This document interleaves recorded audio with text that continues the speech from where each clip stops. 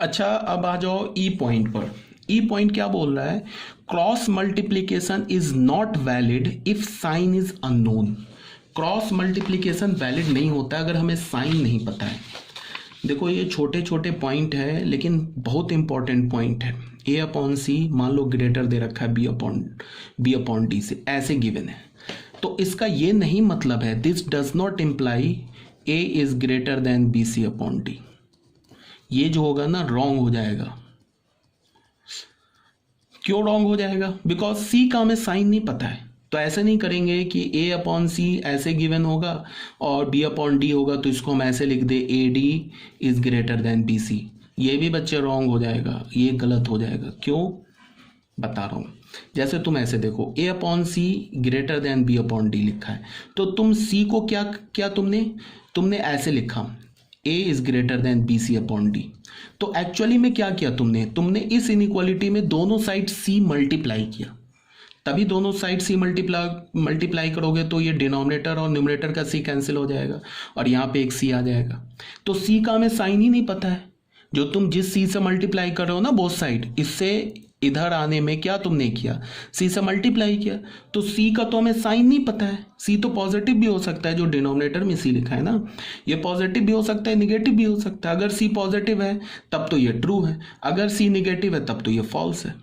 ठीक है ना? तो जब तक हमें सी का साइन नहीं पता होता है तो हम सी से क्रॉस मल्टीप्लाई नहीं करेंगे। मेरी बात आ रही है समझ में? हाँ, जिसका साइन हमें पता है उससे फिर क्रॉस मल्टीप्लाई कर देंगे। अगर ऐसे लिखा है यहाँ पे A upon C is greater than B upon D and बोल रहा है कि सी इज पॉजिटिव, ये भी साथ में गिवन है, तो यहां से हम क्या करेंगे, ए अपॉन सी दोनों साइड सी से मल्टीप्लाई करेंगे, B upon D into C करेंगे, तो यहां से हमें क्या मिल जाएगा, A is greater than B C upon D. ये ट्रू हो जाएगा। अगर बोल रहा है A upon C is greater than B upon D and C is less than zero, C negative है, तो फिर हम क्या करेंगे, दोनों साइड सी से मल्टीप्लाई करेंगे और इनइक्वालिटी का साइन चेंज कर देंगे। तो यहां से क्या हो जाएगा, A is less than B C upon D, फिर ये भी ट्रू हो जाएगा। ठीक है, बट इन जनरल ऐसे अगर गिवन है A upon C B upon D, A B C D का कोई साइन हमें नहीं पता है तो हम ऐसे नहीं बोल देंगे implies A is greater than B C upon D. ये गलत हो जाएगा बच्चे, ये गलत हो जाएगा। ठीक है ना? बिकॉज हमें पता है ना कि अगर हमारे पास कोई डिनोमिनेटर में है उसको यहाँ पे हम लेफ्ट राइट हैंड साइड में ले जाके न्यूमरेटर में ले जाते हैं तो करते क्या है, उससे मल्टीप्लाई करते हैं ना। और अगर न्यूमरेटर का इधर ले जाके डिनोमिनेटर में कर दिया तो इसका क्या मतलब है कि उस नंबर से दोनों साइड डिवाइड किया। ये सी उठ के यहाँ पे क्यों चला आया, क्योंकि हमने इनफैक्ट क्या किया, सी से दोनों साइड मल्टीप्लाई किया। तो जब हमें सी का साइन ही नहीं पता है तो फिर हम इस इनइक्वालिटी को सेम रखें या रिवर्स करें वो तो सी के साइन पर डिपेंड करेगा ना। तो हम ऐसे से ऐसा नहीं जाएंगे इन जनरल। हाँ, अब सी का साइन पता होगा तब फिर कोई दिक्कत नहीं है, तब मैनिपुलेट कर सकते हैं अगर साइन पता है तो। इसी बात को यहाँ पे लिखा हुआ है कि cross multiplication is not valid if sign is unknown. ठीक है, अब A upon B is greater than C upon D है तो हम ऐसे नहीं बोलेंगे A is greater than B C upon D if we did not know the sign of B, because ये बी डिनोमिनेटर से उठ के न्यूमरेटर में आ गया। क्यों आया, बिकॉज हमने दोनों साइड बी मल्टीप्लाई किया। तो हमने जिस बी से मल्टीप्लाई किया तो उस बी का साइन हमें नहीं पता है। तो जब साइन नहीं पता है तब हम इनइक्वालिटी में मल्टीप्लाई नहीं कर सकते, बिकॉज अगर वो पॉजिटिव होगा जिससे हमने मल्टीप्लाई किया वो पॉजिटिव होगा तब तो इनइक्वालिटी का साइन चेंज नहीं होगा, बट अगर वो निगेटिव हुआ तो इनइक्वालिटी का साइन चेंज हो जाएगा ना। अब अगर ऐसे लिखा है A upon B is less than C upon D, this does not imply A is less than B C upon D. मेरी बात आ रही है समझ में? फिर ऐसे नहीं करेंगे। क्यों नहीं करेंगे, बिकॉज यहां से यहां तक जाने में हमने क्या किया, बी से मल्टीप्लाई किया, बट बी का हमें साइन ही नहीं पता है। तो जब बी का साइन नहीं पता है तो हम उससे मल्टीप्लाई नहीं कर सकते। ठीक है, अब एफ पार्ट में आ जाओ।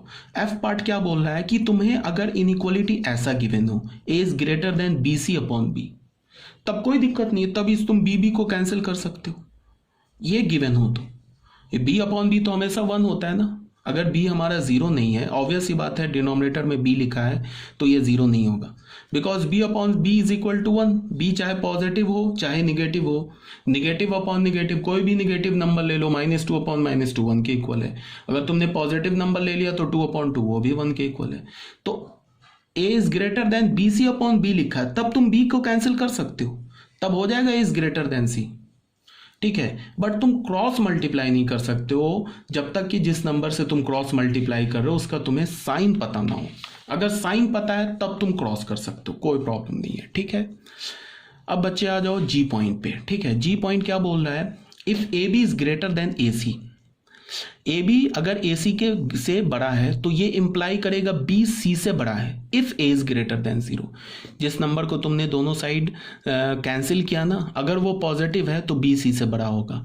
अब यहाँ पे क्या है, A B is greater than A C implies B is less than C. बच्चे ये करेक्ट कर लेना, अपने जो मैंने पीडीएफ भेजा ना उसमें करेक्ट कर लेना, ये B is less than C है, इसको करेक्ट कर लेना, B is less than C if A is less than 0। मतलब क्या है, मतलब ये बोला जा रहा है तुम्हें क्या कि तुम ऐसे समझो, ये बहुत सिंपल सा लॉजिक है, इसको ऐसे देखो। अगर तुम्हारे पास ऐसे गिवन है ए बी जो है वो ए सी से बड़ा है, तो तुम यहाँ पे क्या बोल रहे हो कि बी सी से बड़ा है। कब होगा, ए जब पॉजिटिव हो तभी ये पॉसिबल है। क्यों, बिकॉज ए बी ए सी से ग्रेटर है। तो हमने क्या किया कि दोनों साइड ए से डिवाइड कर दिया, इनइक्वालिटी का साइन चेंज नहीं किया। क्यों नहीं किया, क्योंकि जिससे हमने डिवाइड किया है उसको हमने मान लिया है कि वो पॉजिटिव है।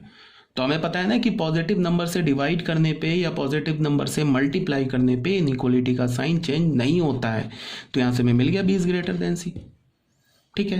अब अगर ए बी ए सी से ग्रेटर गिवन हो और हमें पता हो कि जो ए है वो निगेटिव है, अब अगर हमने ए बी को ए से डिवाइड किया तो इनइक्वालिटी का साइन चेंज हो जाएगा ना।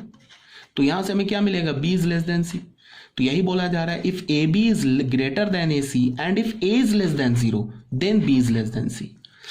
मतलब क्या है कि अगर ए बी ए सी से बड़ा है तो बी भी सी से बड़ा होगा।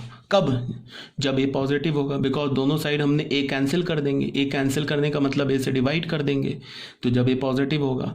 और अगर ए बी ए सी से बड़ा है तो दोनों साइड अगर हम ए कैंसिल करते हैं और ए अगर निगेटिव है तो इनइक्वालिटी का साइन रिवर्स हो जाएगा, तो B is less than C हो जाएगा if A is less than 0, ठीक है। ये बात समझ में आ गया। If sign of A is not known, अगर हमारे पास साइन ए का नहीं पता है, मतलब क्या है, इसको तुम ऐसे समझो, देखो ए बी ग्रेटर ए सी है और हमें पता है कि ए पॉजिटिव है।